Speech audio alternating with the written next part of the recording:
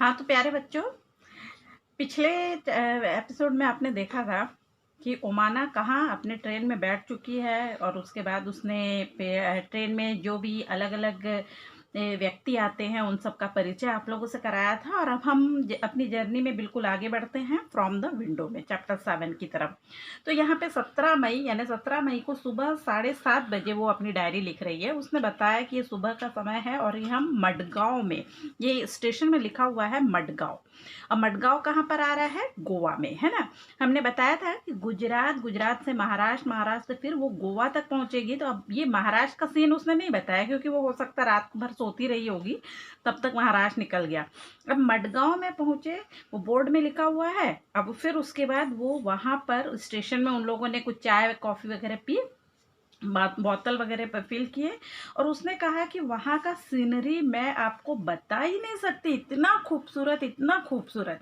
चारों तरफ ग्रीनरी, चारों तरफ ग्रीनरी, बड़े बड़े हिल में भी ऐसा नहीं कि एकदम बड़े बड़े पेड़ लगे हुए हैं, हिल में भी एकदम पेड़ लगे हुए हैं। और पेड़ के साथ वो फील्ड में रेड सॉइल है, रेड सॉइल मतलब लाल लाल मिट्टी, ऊपर में ग्रीनरी और उसके बाद चारों तरफ हिल, इतना खूबसूरत नज़ारा। तो उसने बताया कि मैं डिस्क्राइब नहीं कर सकती कि इतना सुंदर सीन था क्योंकि वो गोवा से गुजर रहे हो। गोवा तो सही में one of the beautiful states है ना, जहाँ पर देश विदेश से लोग आते हैं। अब फिर उसके बाद उसने यहाँ पर बोला कि कुछ स्मॉल पॉन्ड्स दिख रहे हैं, कुछ हिल्स दिख रही है, बहुत सारे वाटर दिख रहा है। मुझे समझ नहीं आ रहा है कि रिवर है कि सी है। और हवा इतनी खूबसूरत, ठंडी ठंडी हवा चल रही है। अहमदाबाद मतलब गुजरात में क्या था, ड्राई था और थोड़ा हॉट था, लेकिन यहाँ पर हवा एकदम बढ़िया ठंडी हवा चल रही है। अब इसके बाद यहाँ पर वे लोग पहुँचते हैं, एक लेवल क्रॉसिंग देखती है वो। लेवल क्रॉसिंग के दोनों साइड में बस है, ट्रक है, ऑटो है, तांगा है, बैलगाड़ी है और लोगों की भीड़ दोनों साइड में। तो दोनों साइड में अब मजे की बात यह है कि लोग अपनी ट्रेन को अपने व्हीकल्स के जो इंजन है उसको बंद भी नहीं कर रहे, उसके कारण और शोर। तो वो बड़ी परेशान हो गई, अरे ये क्या है, यहाँ से जा रहे हैं और उसके बाद उसको कम से कम ये ट्रेन को क्रॉस होने के पहले वो लोग अपने व्हीकल को तो बंद कर दे। और कई लोगों को वो क्या देख रही है, इस फाटक के नीचे से अपनी गाड़ी घुसा के पार करने की कोशिश कर रहे हैं। आप लोगों ने ये यहाँ पर आसपास भी देखा होगा। अब बताइए ये रिस्की है कि नहीं है? अचानक से मान लीजिए ट्रेन आ गई तो क्या होगा? समय कीमती है माना, लेकिन हमारी जान उससे ज्यादा कीमती है। तो इस तरह की गलती अगर आप किसी को करते हुए देखते हैं, अपने परिवार में किसी को देखते हैं, तो बिल्कुल उनको टोकिए, बिल्कुल मना कीजिए। तो यहाँ पर चारों तरफ वो देख रही है और उस ऊपर से इतना पोल्यूशन, हवा, धुआं। क्यों? क्योंकि लोग अपने इंजन को बंद नहीं किए, पेट्रोल डीजल वो सब लगातार जलता है, तो उसके कारण भी बहुत सारा ये धुआं उठने लग जा रहा है।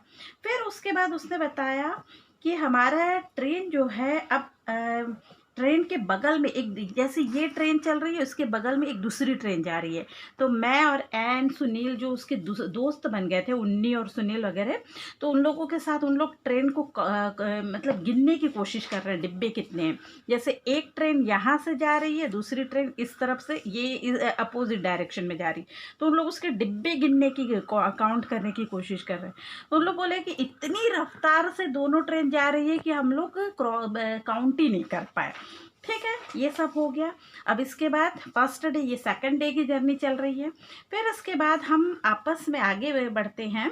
यहाँ पर ये 17 मई को ही अब रात हो गई, 8:30 बजे के आसपास की बात है। या अब वो विंडो सॉरी ये सुबह ही 8:30 बजे की बात है, ये सुबह 7:30 बजे की था और ये 8:30 बजे की बात है। उसके बाद उसने ब्रेकफास्ट लिया। ब्रेकफास्ट लेने के बाद वहाँ पर अचानक से वो विंडो के बगल में ऐसे अपनी आंखें बंद करके बैठ गई क्योंकि बड़ी अच्छी सुंदर सुंदर हवा चल रही है। अचानक से आवाज आने लगेगी, खुटखुट खुटखुट खुटखुट खुटखुट। आपने आवाज सुनी है कभी? ट्रेन में ऐसे इस तरह से आवाज आने लग जाती है। वो चौंक गई, आवाज कैसे चेंज हो गई भैया ट्रेन की? अभी तक तो मस्त जो एक हैबिचुअल हो गई थी, उससे अपने माइंड में उसने सेट कर लिया था उस आवाज को, अभी तो ये आवाज एकदम चेंज हो गई। उसने नीचे झांक कर देखा तो क्या हुआ, वहां पर रिवर है। और रिवर के ऊपर में उसकी ट्रेन चल रही है। एक क्षण के लिए तो वो डर गई, अरे बाप रे ये क्या है। फिर उसने देखा कि यहाँ पर वो रिवर के ऊपर में इस तरह से ब्रिज बना है और उसमें ट्रैक है, रेलवे का ट्रैक है, उससे उसके पहिए रैटल मतलब एकदम ऐसे टकराते, जैसे कोई चीज शेक होती है ना किसी में जिसमें कुछ सामान भरा हुआ है और पूरी फिल नहीं है, तो चेक करते उस तरह से आवाज पहिए उस पर टकरा रहे हैं और आवाज आ रही है।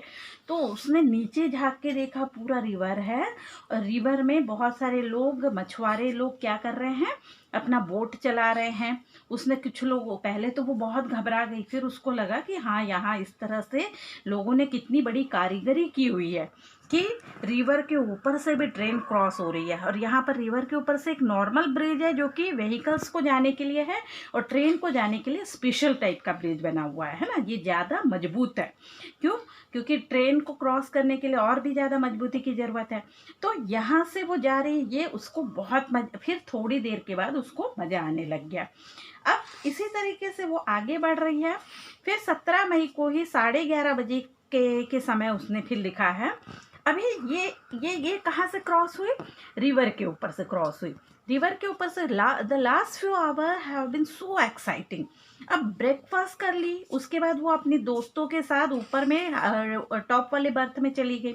टॉप बर्थ में उसने क्या देखा, वहां पर मस्त से वो कॉमिक्स पढ़ रही है। अचानक से उसने क्या देखा, दोनों साइड, ट्रेन के दोनों साइड में देख रही है, एकदम अंधेरा छा गया, सारे बर्थ में लाइट चालू हो गई और वो दोनों साइड में अंधेरा। ये क्या हुआ भाई, अजीब सी बात।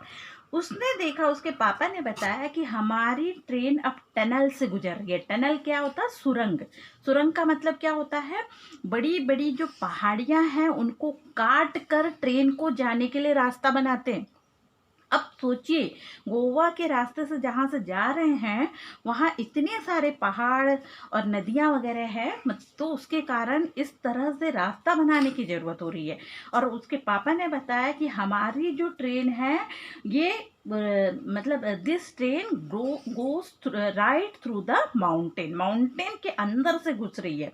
और तब तक अंधेरा रहा जब तक कि माउंटेन के अंदर से वो निकल नहीं गई। जब निकल गई दूसरी तरफ फिर से लाइट, वापस सन्नी डे आ गया। तो उसको बड़ा एक्साइटमेंट लगा और उसके बाद उसने ऐसे ही 4 टनल और मिले उनको अपने वे में। और उसको ये अब उस लोग एंजॉय करने लगे, उन लोगों को इंतजार करने लगे कि और इस तरह का टनल आए तो।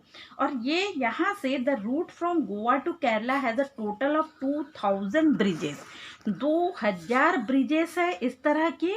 और इसके अलावा यहाँ पर 92 टनल्स है, टनल्स यानी सुरंग, 92 टनल्स और 2000 ब्रिजेस है। ब्रिज मतलब ये इस तरह से रिवर के ऊपर या सी के ऊपर में जो बनाया जाता है वो है। ठीक है। अब फिर इसके बाद 17 मई को ही वहाँ पर ये 12:15 बजे के आसपास वो फिर देखती है, अब ये दोपहर हो गया, लंच लिया उन लोगों ने। लंच कहाँ पे लिया, उडुपी स्टेशन में। उडुपी स्टेशन कहाँ पर आएगा, ये आएगा आपका कर्नाटका में। आप लोगों ने उस दिन पिछली बार देखा था ना अच्छी तरीके से, गुजरात, गुजरात से महाराष्ट्र, महाराष्ट्र से फिर गोवा, गोवा के बाद अब कर्नाटका में आ गए। उडुपी स्टेशन में उन लोगों ने इडली वड़ा लिया और फिर क्या, इडली वड़ा लिया और कुछ छोटे छोटे बनानास खरीदे। बनानास कैसे, एकदम छोटे छोटे थे, खूब पीले थे और एकदम टेस्टी थे। तो ये इस तरह के बनानास जो है वो वहाँ पर मिलते हैं कर्नाटका साइड में, है ना।